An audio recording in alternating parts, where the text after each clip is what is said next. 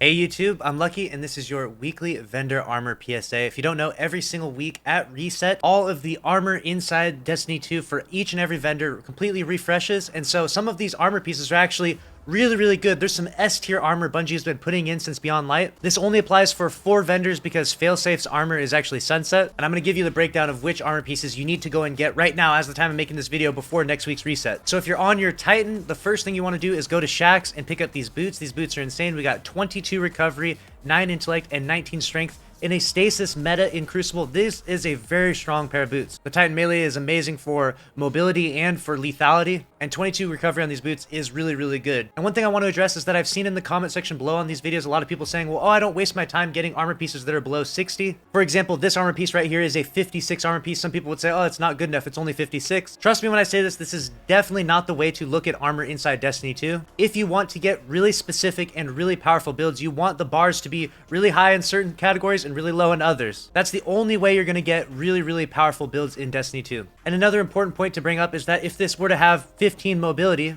all of those mobility points would be completely wasted because mobility doesn't do any good for Titan. It actually counteracts against Titan skating. So it effectively makes you slower inside Crucible. So if this was a 65 stat roll with half the recovery and 20 mobility on it, that wouldn't be a very good roll. It's very important to understand that distinct difference, that the number down below, the 56 down below, is not nearly as important as where the stats are situated on the armor piece. Next up, we're on the Warlock, and I looked at all the other vendors for Titan. Shaxx was the only good one, and same thing for the Warlock. Shaxx is the only good vendor for the Warlock this week. He has an amazing chest piece with 26 recovery, 12 intellect. This is a crazy chest piece. And he also has a pair of boots that are really strong, 22 recovery, 13 intellect boots. So definitely make sure to hop on your Warlock and pick up those 2 pieces. And the last piece of S tier armor from the vendors for this weekly reset goes surprisingly to Drifter. Drifter hasn't brought that much good armor, but for your Hunter, with Hunter is the class I'm on right now, the chest piece is actually amazing here. It's got a solid 22 recovery, 12 intellect, and 13 strength. Great chest piece for the Hunter. And that's it for the weekly vendor armor PSA. Make sure to subscribe with notifications on if you want to stay up to date on all the news in Destiny 2 Beyond Light.